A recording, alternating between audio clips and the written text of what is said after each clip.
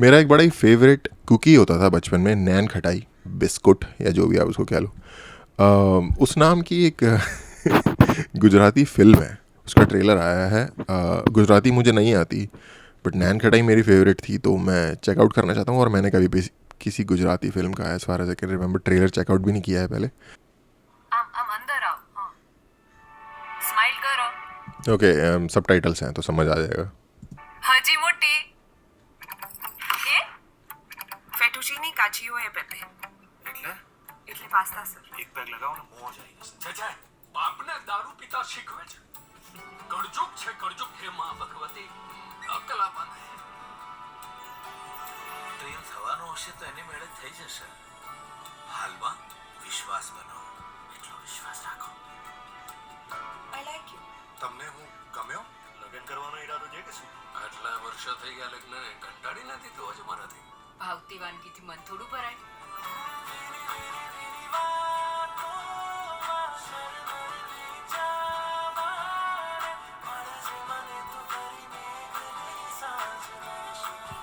Okay, I think different societal tears की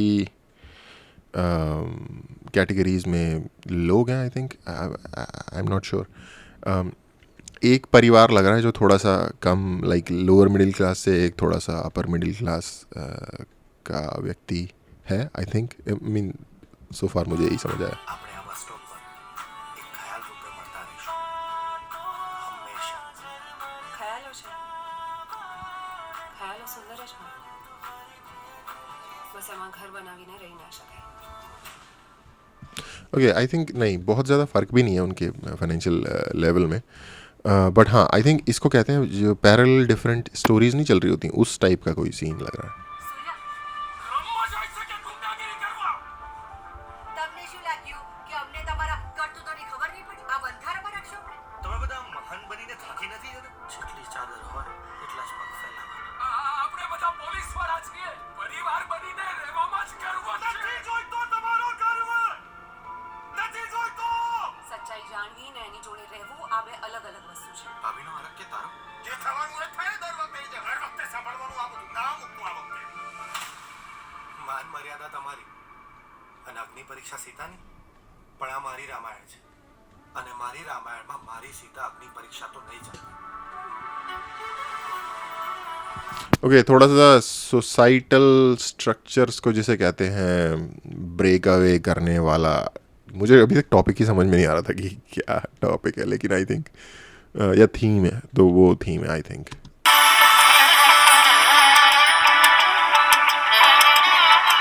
મનમાં એવું થાય છે ને કે હવે શું કરવું, શું કરવાનું, રાહ જોવાની અને જોયા જ કરવાનું. પ્રેમ બહુ હેવી શબ્દ નથી.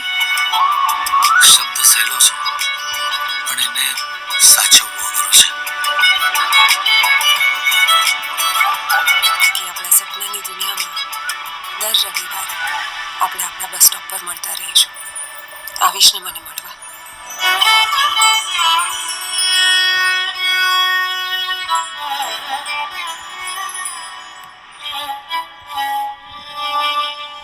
अच्छा, मुझे पता नहीं था, और इवन अभी भी श्योर नहीं है, इन्होंने नैन खटाई नाम रखा है तो मुझे पता नहीं था कि ये एक जापानी गुजराती डेलीकेसी है। दिल्ली में तो अवेलेबल है। आई थिंक ये जो रीजन्स हैं, गुजरात, सिंध और राजस्थान, क्योंकि ये एक ट्राई जंक्शन बनाते हैं आपस में, क्योंकि गुजरात इधर उधर सिंध से बॉर्डर लगता है, और सिंध का राजस्थान और गुजरात से बॉर्डर लगता है, गुजरात का राजस्थान सिंध से लगता है, तीनों का ही एक दूसरे के साथ बॉर्डर लगता है। तो इनके कुछ जो फूड डेलिकेसीज हैं वो शायद मिक्स हो जाते हैं, क्योंकि कुल्फ़ी, जो कि मेरी अनदर शायद जितनी भी आइसक्रीम्स है उसमें फेवरेट आइसक्रीम होगी, वो आई थिंक सिंधी है। और उसका मेरे पास सिर्फ रेफरेंस पॉइंट ये है क्योंकि जो मैंने सबसे अच्छी कुल्फ़ी खाई है अपनी ज़िंदगी में, वो एक सिंधी अंकल थे, वो उनका कार्ट था, उनके ऊपर वो देते थे, बहुत अमेजिंग क्वालिटी।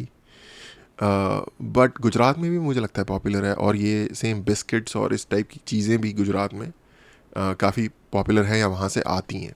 क्योंकि जब मैं मुंबई गया था तो मैंने वहाँ एक स्पेसिफिक टाइप ऑफ स्टोर होता है, उसे कहते हैं फरसान, और वो गुजराती लोगों का स्टोर होता है और वो वहाँ पे सिर्फ डिफरेंट टाइप की नमकीन बेच रहे होते हैं और बिस्किट्स या जो भी है, इतना डिटेल में मुझे नहीं पता बट एनीवे वो एक डिफरेंट टॉपिक है as far as trailer goes यार, मुझे ना इसकी सिनेमाटोग्राफी काफ़ी सूदिंग लगी। जैसे आप एक कोई जैसे ये पुराने सीरियल्स नहीं होते थे दूरदर्शन पे, जो लाइक बहुत ज़्यादा कुछ स्क्रीन पे धड़ धड़ धुड़ नहीं हो रहा, मतलब हल्के में लिया जा रहा है, तो उस टाइप की थोड़ी सी फैमिली रिलेटेड और इमोशनल और पर्सनल चीज़ों से और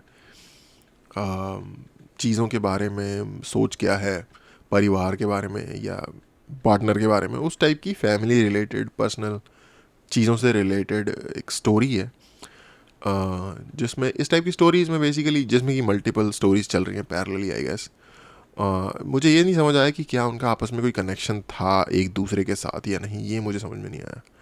आई थिंक जो ये लड़का था, जो ये फादर था, ये पुलिस वाला होता है, कहीं ये किसी को रोक रहा होता है, तो वो मुझे नहीं समझ आया कि उसका क्या लेना देना था एक दूसरे से। और ये वाला जो कपल है ये थोड़ा सा इनका आपस में ही कुछ चल रहा है, इधर इसका फादर और सन का के बीच की एक सिचुएशन चल रही है, और इसकी और एक जो तीसरा है ये, हाँ ये वाला कपल जो है ये आई थिंक ये सर्वर है किसी हाई एंड रेस्टोरेंट में, और ये इससे मिलता है बस स्टैंड पे, तो कुछ उस तरीके का सीन है इनके बीच में।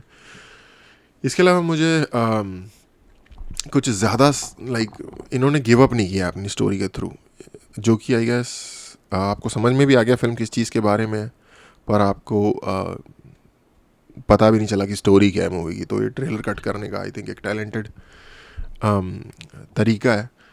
अगेन जैसा कि मैंने कहा, मैंने कभी कोई गुजराती फिल्म नहीं देखी पहले, तो उस हिसाब से लाइक कमिंग ऑफ एज अच्छी मूवी लग रही है यार। और अगर भाषा को हटा दो तो आप इस ट्रेलर को देख के अगर इसको जस्ट हिंदी में कन्वर्ट कर दो तो आपको लगेगा कि ये दिल्ली या मुंबई की किसी नॉर्मल बैकग्राउंड के लोग हैं और उनकी ही स्टोरी है। तो आपको रीजनलिज्म का जो एक वो है वो आपको नहीं दिखेगा। तो बेसिकली बहुत शहरी क्राउड था इसमें।